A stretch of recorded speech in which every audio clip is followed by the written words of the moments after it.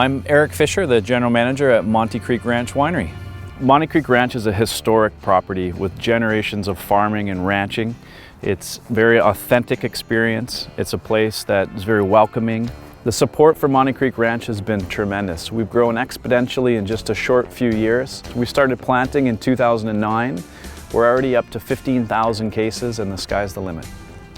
We have the grass-fed, grass-finished Black Angus beef, that we do have the honeybees on site to pollinate our hasket berries, and we produce honey from that. It will be a state-of-the-art cellar in the basement. We have a mezzanine that overlooks the cellar. The building itself is reflective of the region in an era gone by. So it's a mission schoolhouse style building. The Campanile Bell Tower is an easily recognizable beacon for gathering, indicative of lots of mission-style buildings in this region. The usage of materials, the concrete, the wood, the metal, the glass, quite simple in form and very reflective of the era gone by. When you walk into the tasting room, you'll be greeted by smiling faces and our custom chandelier hanging from the ceiling. We used aluminum to form lassos and acrylic spurs that hang down, all brought together by the acoustic cork panels on the ceiling. The Thompson Valley is a relatively new region as far as viticulture is concerned. We've elected to grow some unique varieties such as Marquette as a red grape or Le Crescent as a white grape.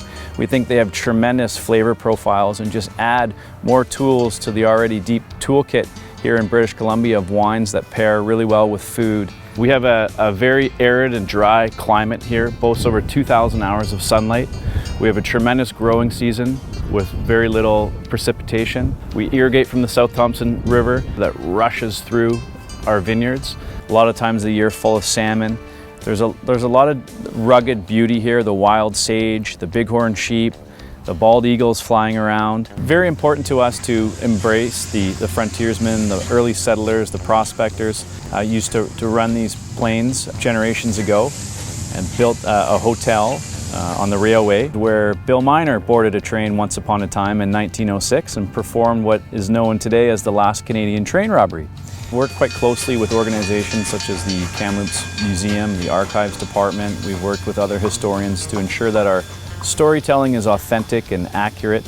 Historians that speak of Bill Miner go as far as to classify him as a gentleman bandit or a gentleman train robber and say that he coined the phrase, "put your hands up." Sort of a nice guy as he robbed you. My two favorite things, food and wine working together. And as we continue to develop that program, I think there's certainly something for everyone here. And we'd like to think that it's a really welcome stop, and we can't wait to see you soon.